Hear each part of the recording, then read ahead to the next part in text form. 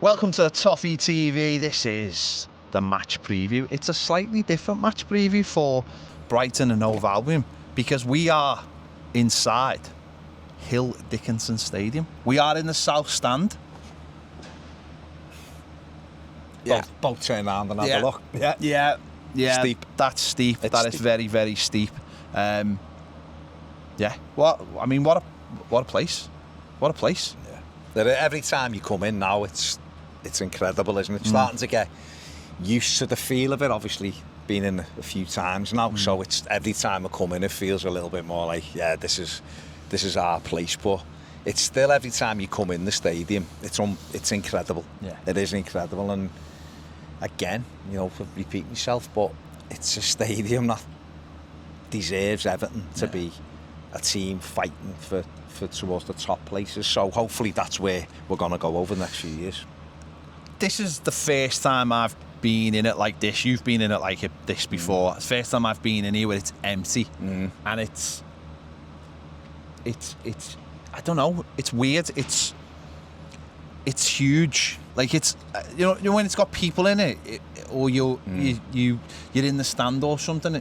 But being down here, being pitch side, looking up at the stands, you really do get to see how big this place is and how steep this place is. It's absolutely fantastic, and I think certainly as fans, it's our job to fill this place with an atmosphere that it deserves. Yeah, it is. You come in, and again, I think the first time I ever walked in here, that north stand was just so much bigger than what I thought. When you've seen drone footage and things, people have obviously been in and seen it, but I hadn't, and I couldn't believe how big it is. So when you're down here at pitch side, everything is massive when you look around. Now, this bit where we are is where the atmosphere generally will be generated, because this is the new Gladys Street, if you like. It's the south stand. It's this area is the standing section. Everyone who's bought tickets in here sort of accepts that you're going to be standing up for the game, and that's normally where an atmosphere comes from. People stood up, and we saw little bits of it against Roma when something happened, but obviously this weekend in the Premier League against Brighton, that's going to be cranked right up, and it'll be matched then by everybody else in the stadium, of course it will, but this is where it is. But you're absolutely right, people have got a little bit of trepidation about moving to a new ground, and results over the years from other clubs have sort of shown that. But I always counter that with our home form at Goodison hasn't been amazing for the last few years, so it's not like we're going from, say, 12 home wins and we're going, we might only get 7 or 8. 7 or 8 would be a massive improvement on what we've had. So it will be up to us to make this a fortress and a difficult place to play. We saw how much Leeds United did that on Monday at Ellen Road. I mean, one thing is, I suppose it's not. It still needs a few Everton touches, doesn't it? There are stuff going in though, aren't there? There is stuff happening right now within the stadium to add, obviously, atmosphere and add a presence for Sunday. Obviously, being the first game live on TV, there's going to be so much spotlight on it, and Everton are trying to make sure that they do that as well as possible. But obviously, even you've mentioned this, the surrounding stadium, it's not quite all in place. It's not all quite finished. There's a few touches to go, and I imagine there'll be even more so once sort of feedback starts getting back to the club about what people want or feel like, because we've seen that other stadiums as well. We've seen like how, say, like the Etihad has developed in the last few years and things like that. So it's completely different from Goodison Park. Let's get it right. It's completely different from Goodison Park. It's going to be a completely different feeling for everybody, and it's just a case of for everyone getting used to it, isn't it? I mean, I find myself, just while I'm standing here, just looking around, and I understand that's going to be the feeling for a lot of people when they get here on Sunday, whether it's their first time they've been or whether they've been to all the test events or whatever. You just find yourself looking around, because even here, I've never stood here before, and I'm looking at that section there of like the boxes, and I haven't really seen them before, so I'm trying to get a little look at them, and we were so used to every nook and cranny of Goodison Park, and this place is just like, oh, I haven't seen it. Oh, I haven't seen it. Oh, the chairs. Everything's just so new and state of the art. But that's it, isn't it? And that's what you get when you move stadium, and it's the first time we're all experiencing it in our lifetime. So it's incredible, and they've done a brilliant job at making it what it is. Now it's up to our job to make it what we want it to be, and that is a difficult place for anyone to come and play football. But for us as fans, it is state of the art. It is a lot more comfort, and it is an incredible football stadium, and it's ours. It's ours. And the sooner we get used to that as a fan base, and certainly down here as well, as you mentioned before, this is where people are expected to stand up. I really hope you haven't bought a ticket down here and you think you're sitting down. I really hope you haven't. I really hope this is full of people who are like-minded, who know exactly what they want to bring to this place, which is an atmosphere. They want to stand for the entire game. You know, they want to get the crowd going all around. I mean, don't get me wrong, it's not just up to this place, it's up to the whole of the ground to get involved in creating a fantastic atmosphere, because I think that's the first and foremost, isn't it? It's create that atmosphere. Well, we're looking across where we are in a diagonal where the away fans are, and obviously it's a safe standing section like this is. They're going to be stood up, aren't they? Yeah. And we saw Roma make some noise last week with only a few hundred, so it's up to us to do it, and it's up to everyone else to match it. And even though the away section, I imagine, isn't any bigger than the away section at Goodison Park, it just feels a little bit bigger because of the way it's set out. So that feels a little bit bigger. So they're going to have, you know, as you just said there, they're going to be standing. They've got a little bit of space, and they're going to be bringing their noise, because when the spotlight is on the other team, for whatever reason, it's the job of the away fans, no matter who they are, to bring it every week. So yeah, it's on all of us when it all kicks off, starting on Sunday, to make sure they bring the atmosphere and get this place going. And I just don't think there's any excuses at all. Well, let's hope there isn't. The fanfare will be here, the lights, the all the other stuff that's going to be going on, displays, whatever. And I'm sure our fan base will match it, because it's matched it every other time. At Goodison, we saw that incredibly, how the fans pulled the club through, and the club's on a different path now. It's albeit it's at the start, but it's up to us now. It's our place. We want it to feel like our place. We want people to not relish coming here, and we want to enjoy coming here every other week, and it all starts on Sunday. Absolutely.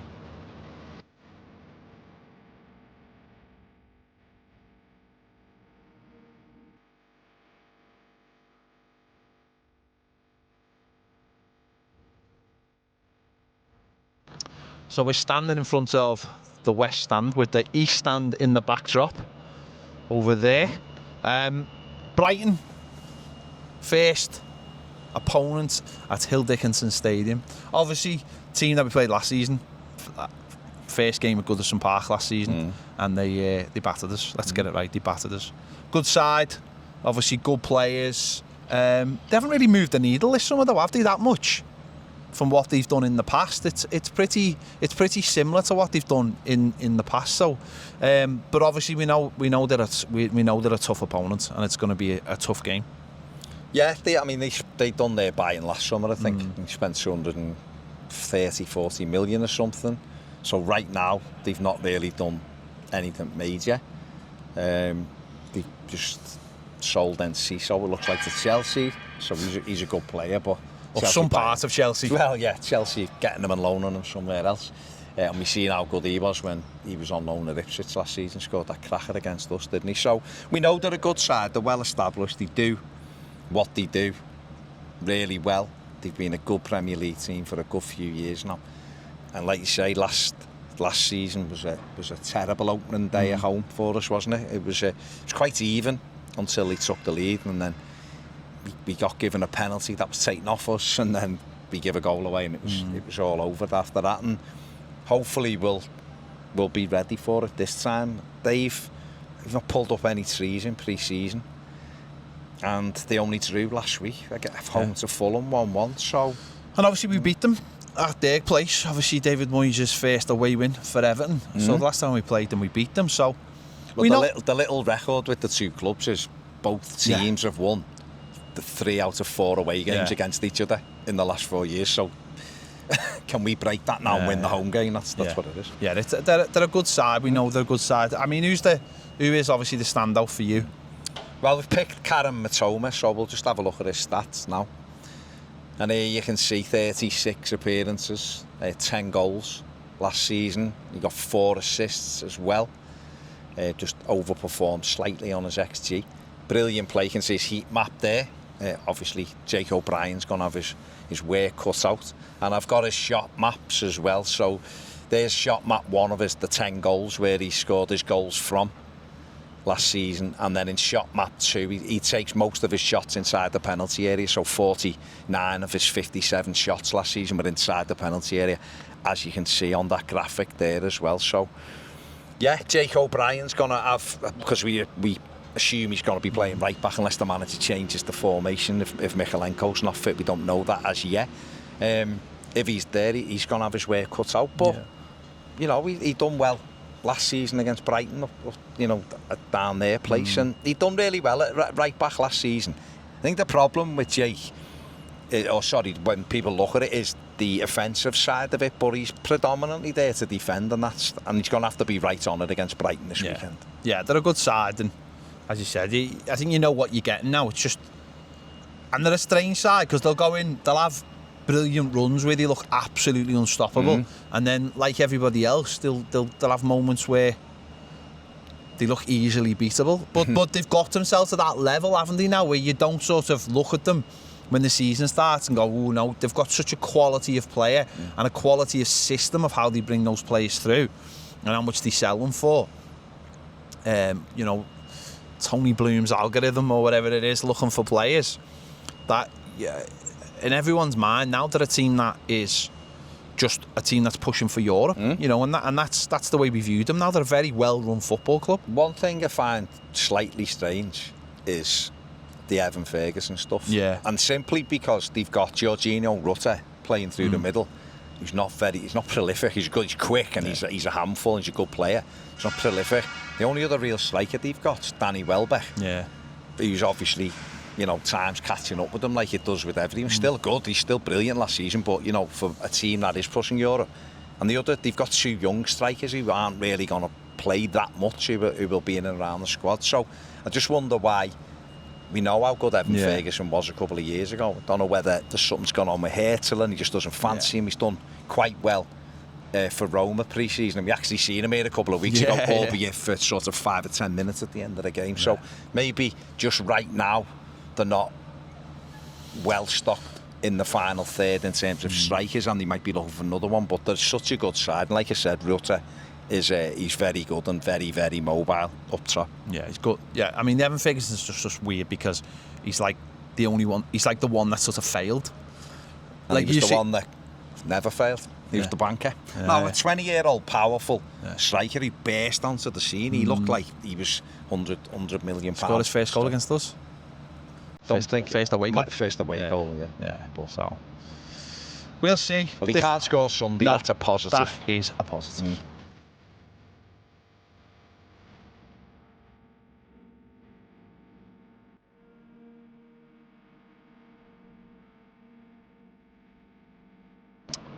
So Everton then, obviously, you made the noise then when I mentioned Everton. Everton, obviously, terrible results, or felt like a terrible result on Monday, just the way we played and with the penalty and everything. But what do we do? I mean, what do we do for this one? I mean, you're hoping there's full-backs back. You're hoping that manager keeping his cards very close to his chest. But how do we differ at the first game? Because obviously expectations, and people are going to expect a more attacking side. They're going to expect players to be at it. They're going to be expecting we're at home to be on the front foot. So how do we change it with maybe not changing too many of the personnel? Because there isn't that many.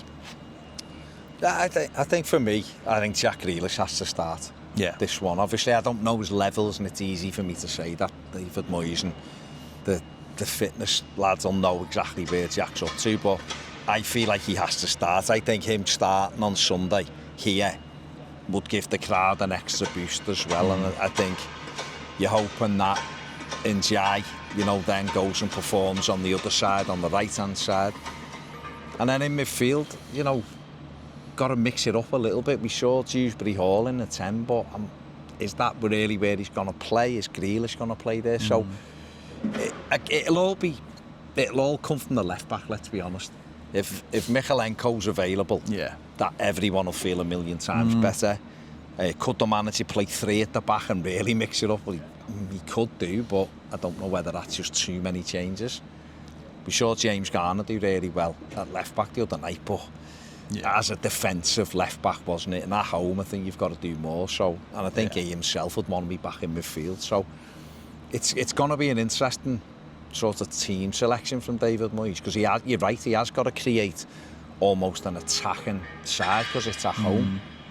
But what's he got available? I think the other change he could well make is Tieno Barry starting instead of Beto, just because we know Beto did really well for us in the second half of the season, but you know, maybe freshening it up with Barry and then Beto coming off the bench might give us a little bit of a different outlook. Yeah, I mean, you're absolutely right. If we can get that left back position sorted straight away, you've got a balance. Straight up, James Garner might go back into midfield because of that, given there's maybe more of a number 6, bit more, as you said, balance there. Jack Grealish and Jai then have got runners if they're both playing wide, which we expect them to. Dewsbury Hall can push through. And I just think it's more of it's just a change of attitude as well, isn't it? It just felt like the attitude was wrong on Monday night. And it felt like it was just thrown together at the last minute almost. I mean, it probably wasn't, but it just felt like that because that's what it looked like on the pitch. So it's just getting that attitude right, isn't it? And again, that's why the fans have got to play their part in making this place feel at home straight away and helping the players out and putting us on the front foot. And get the balance, get the attitude. Jack Grealish hopefully starts, and it'd be fantastic to see him showing the ability. But I mean, if Beto starts or if, you know, Barry starts, they've got to show more of a hunger than they did on Monday night. They've got to be running into channels. They've got to be dragging centre-backs around.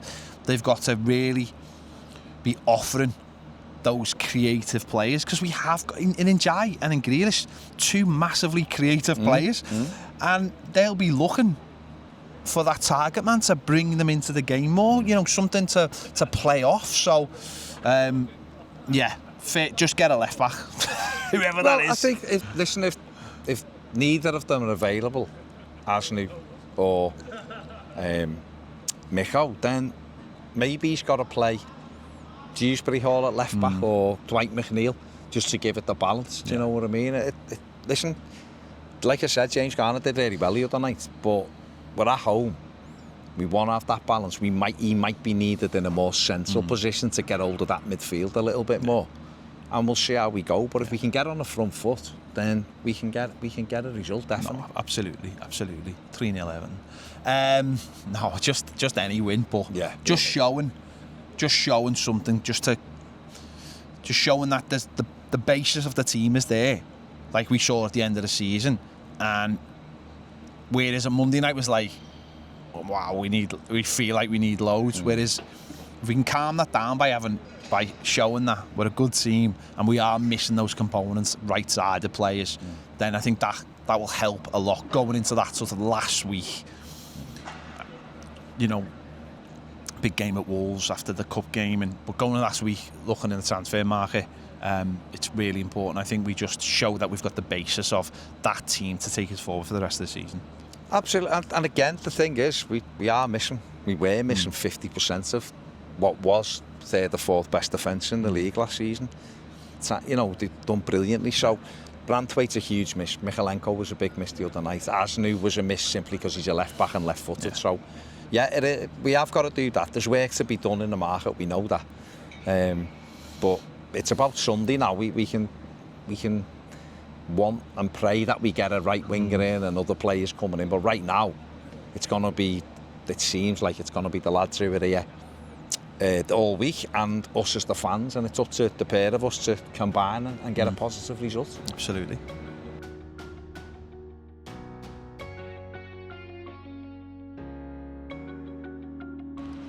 So there you have it. What a place, what a ground. what a new home for Everton Football Club as we go forward, and hopefully good times follow, Baz. Well, it's fitting of good times, isn't it? Real good times, and it all begins on Sunday, and you can't sort of overstate. It's the beginning of something new. Yes, we've been in for test events. Yes, we've been in for a friendly. This is the Premier League beginning now, our first ever, proper game at Goodison Park, I nearly said. Well, I did nearly say that, so I'll go cut that. First game at Dickinson Stadium. Let's get off to a winning start, and the place is just incredible, and sitting here looking out. What a view for the managers as well. Sitting here in the dugouts, just waiting for it to all unfold. So, 11 o'clock. The gates open on Sunday. Get down here, enjoy Budweiser Plaza, and get into the Dickinson Stadium. And hopefully, it'll all be good. So, there you have it. Enjoy the day if you're coming. If you're not, enjoy the spectacle on TV, and hopefully we get 3 points up the Toffees.